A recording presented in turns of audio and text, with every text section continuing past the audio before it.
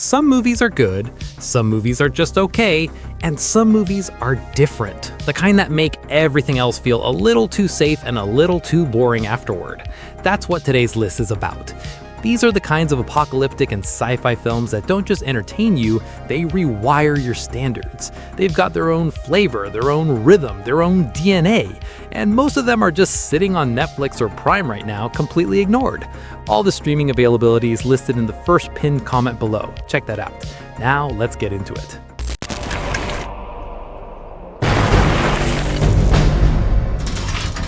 Now, my bottom pick on this list is easily the most unhinged one, and I mean that as a compliment. It's set in a nuclear wasteland in 1997. There's a kid on a bicycle. There's a villain named Zeus. There's a cheerful android companion who will genuinely make you feel things. And there is more practical gore than should legally be allowed in something this aggressively fun. And yet somehow it all works. This is a full love letter to 80s action cinema, to synth scores and VHS culture and Saturday morning cartoons, and it commits to that bit so completely that you just go with it. The energy is infectious, the characters are likable in that scrappy underdog way, and there's a real heart buried underneath all the flying limbs and retro cheese that catches you off guard. Now, is this a perfect film? No. Is your writing as clever as its inspirations? Not quite. It's more of a fan film than a reinvention.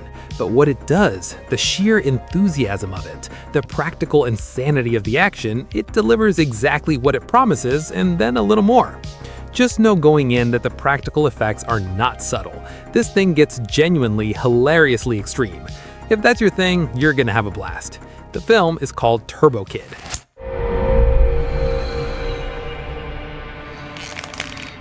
Now, Stakeland is the complete opposite energy, and I love that we can put these two back to back. It's a vampire movie, but not the kind with capes and mythology and romance. These vampires are rotting, animalistic, plague-like creatures that feel less like monsters and more like a disease that wiped out civilization. The world is bleak, the roads are empty, and in the middle of it all, a young orphan kid gets taken under the wing of a hardened survivor known only as Mister, and together they try to reach a rumored safe haven called New Eden. What makes this one work is that it never oversells itself. There's no hero music, no big triumphant moments.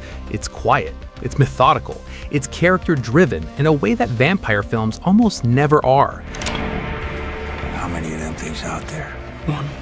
But she's really pissed off. Director Jim Mickle clearly cared more about who these people are than how many creatures he could put on screen, and that restraint pays off enormously. The performances from Nick DeMisi and Connor Paolo are genuinely excellent, and the cinematography, all desolate, gray, washed-out American landscape, gives the whole thing this haunted quality that sticks with you after the credits roll. I don't see this one talked about nearly enough. It holds a 6.4 on IMDb, which is honestly underselling it. The film is called Stakeland. This is Barbo Observatory. Are you receiving this? Is anyone out there? Now this one I have complicated feelings about, and I think that's actually the most honest way to talk about it. George Clooney directs and stars in this as Augustine Lofthouse, a scientist who stays behind at an Arctic research station after Earth has been rendered uninhabitable by a climate catastrophe. He's trying to reach a space crew, the Ether, that's headed home without knowing there's nothing left to come home to. His mission is essentially an anti-rescue. Go warn them, turn them around, find somewhere else. That's a genuinely compelling premise, and visually this film delivers. The Arctic sequences are striking, the space sequences are technically well executed, Alexandre Desplat's score is prominent throughout. On a surface level, this is a handsome, serious, expensive science fiction film. The problem is that it's a little hollow underneath all of that. But while you're doing all that, your own life is just slipping away.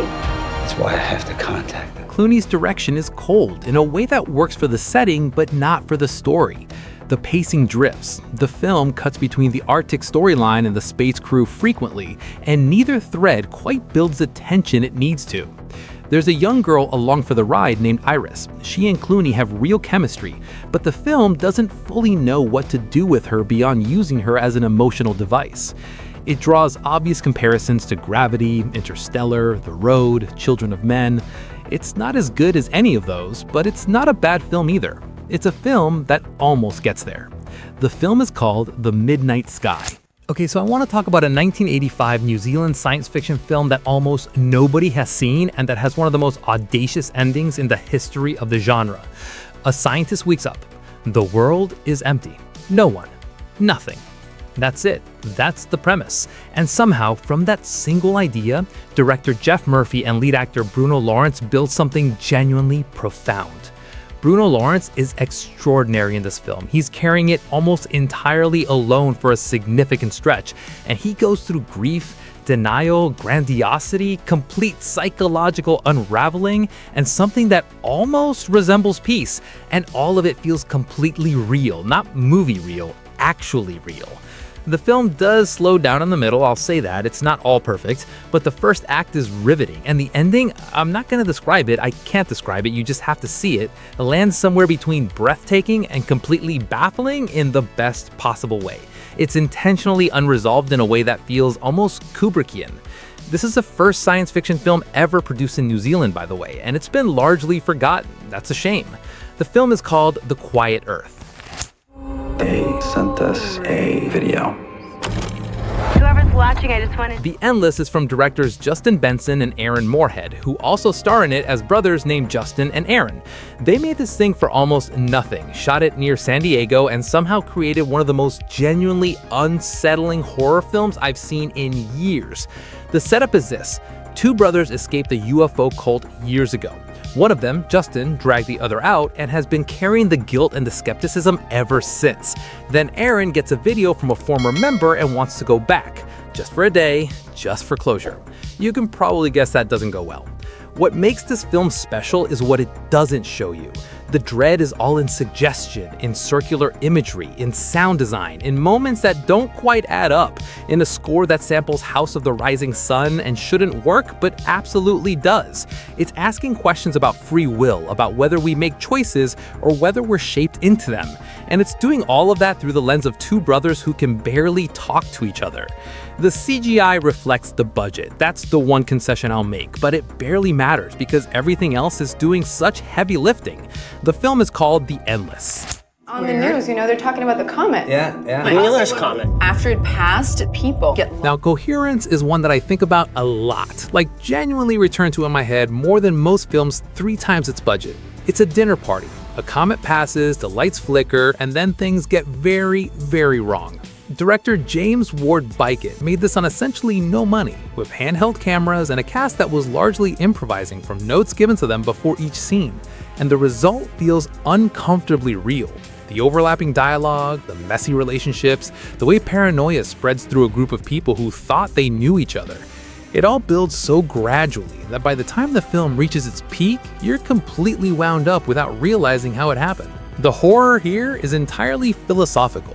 No monsters, no violence really, just the terrifying implications of what the characters slowly figure out, and the question of what you would do if you were in that room making those choices. It's messy in a few technical spots, I'll be honest, the low-budget production is visible, but what it's doing thematically and emotionally is way above its weight class. I think it's one of the most underrated science fiction films of the 2010s.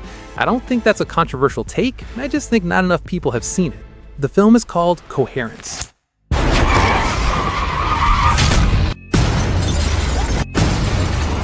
Now, if you've seen Cloverfield, the 2008 found footage monster movie, you probably know the name, but 10 Cloverfield Lane is a spiritual successor, not a direct sequel.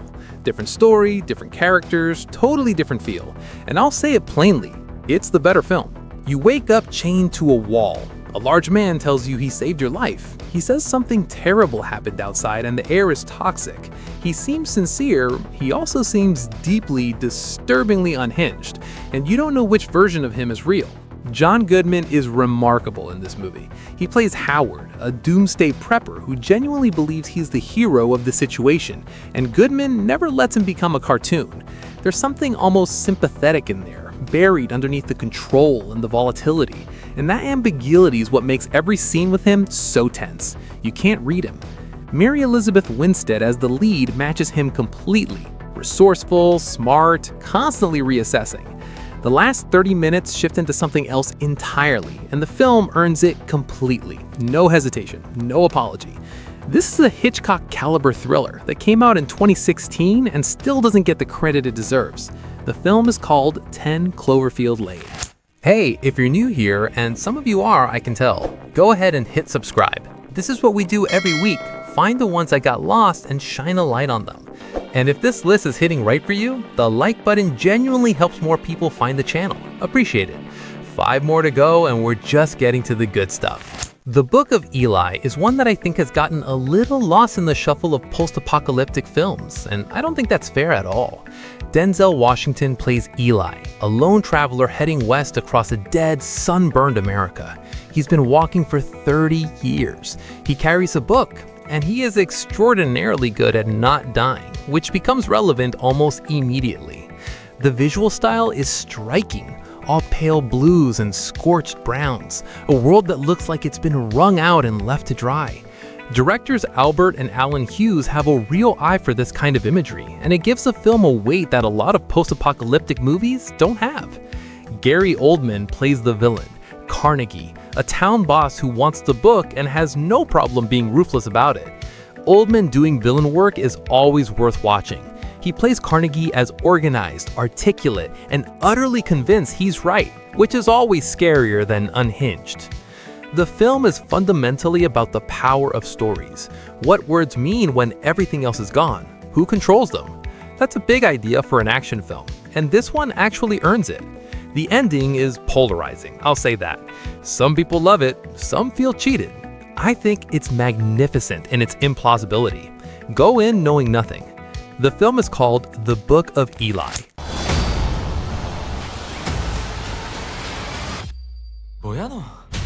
Space Sweepers is a 2021 South Korean sci-fi film, and I'll be direct with you. The visual effects in this movie are jaw-dropping. Not pretty good for what it is, actually jaw-dropping, competing with the biggest Hollywood productions, full stop. It's set in 2092. The crew of a space junk collector ship called the Victory, broke, chaotic, constantly arguing, stumbles across something that drags them into a situation way above their pay grade. The world building is dense and lived in. The action sequences are legitimately exciting, and the film has a real sense of humor about itself, without ever undermining the emotional stakes. Is the runtime a bit ambitious? Yes. Does the writing occasionally reach for emotional swings it doesn't fully land? Also yes. But the spirit of this film is so infectious that most of it doesn't matter. It's got the kind of big, warm ensemble energy that blockbusters used to have more of. Nearly indistinguishable from a real human child, but is actually a dangerous weapon that could cause mass destruction. And there's a robot character named Bubs, who is genuinely one of the great supporting characters in recent science fiction. I mean that. South Korean cinema doesn't get nearly enough attention in the sci-fi space. Space Sweepers should have changed that conversation. It still might, if enough people actually watch it. The film is called Space Sweepers.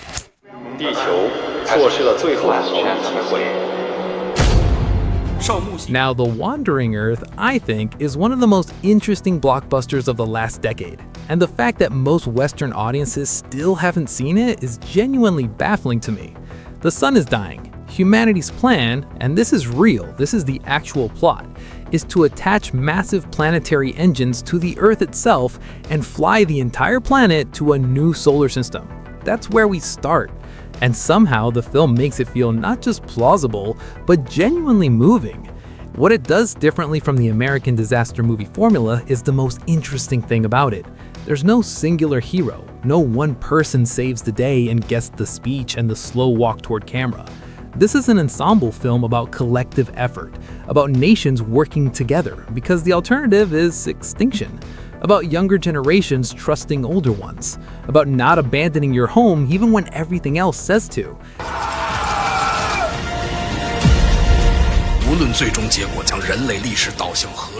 The dystopian Earth landscapes in this film are stunning. Frozen cities, massive engines punching through ice sheets, skies that look like classical matte paintings brought to terrifying life.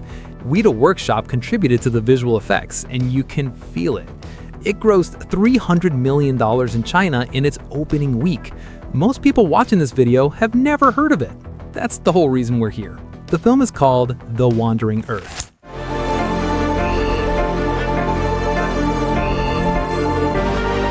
Oxygen is from director Alexandre Aja, and it's described as a pandemic thriller, though it was already in development before COVID. Shot in July 2020 while international anxieties about isolation and an uncertain future were at their peak, and it shows. Not in a heavy-handed way, just in the texture of it. Melanie Laurent plays Liz Hansen, a doctor who wakes up in a cryogenic chamber with complete amnesia. Doesn't know her name, doesn't know how she got there, and the chamber is losing oxygen at a rate that makes this very much a limited time problem. Her only resource is Milo, an onboard AI that responds to precise questions but doesn't think independently, so she has to figure out the right things to ask. Aucune maladie ou anormalité détectée. The first 30 minutes of this film are as riveting as anything I've seen in the thriller genre. The mystery unfolds exactly right. Every question she asks reveals something, and by the end, all of it fits together. But the real reason to watch this is Laurent. She is working in a space roughly the size of a coffin, using her face and her voice and almost nothing else, and she delivers what I genuinely think is one of the best performances of 2021. Not best given the constraints, just best, full stop. The film is called Oxygen.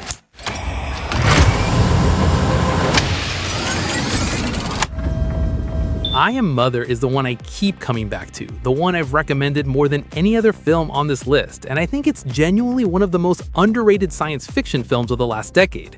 A robot raises a human child from an embryo in an underground facility.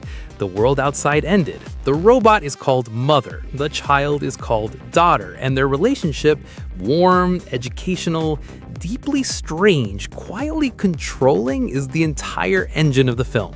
Rose Byrne voices Mother, and the performance is extraordinary. She's not playing a villain, she's not playing a cold machine, she's playing a mother, genuinely, completely, with real emotional investment. And the horror of that is so much more effective than anything overt.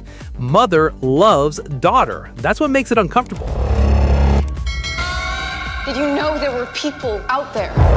I was surprised. The film delves into questions about whether programmed emotions are real emotions, about what parenting actually is when you strip away biology, about creation and control and the cycles they produce. And it does all of that through intimate, specific, dialogue-driven scenes between two characters in a bunker, not through monologues, through behavior, through the way Mother reads a bedtime story. It gets dark, the plot twists come fast. Some land harder than others, but the core relationship holds throughout, and the ending earns everything it's asking you to set with.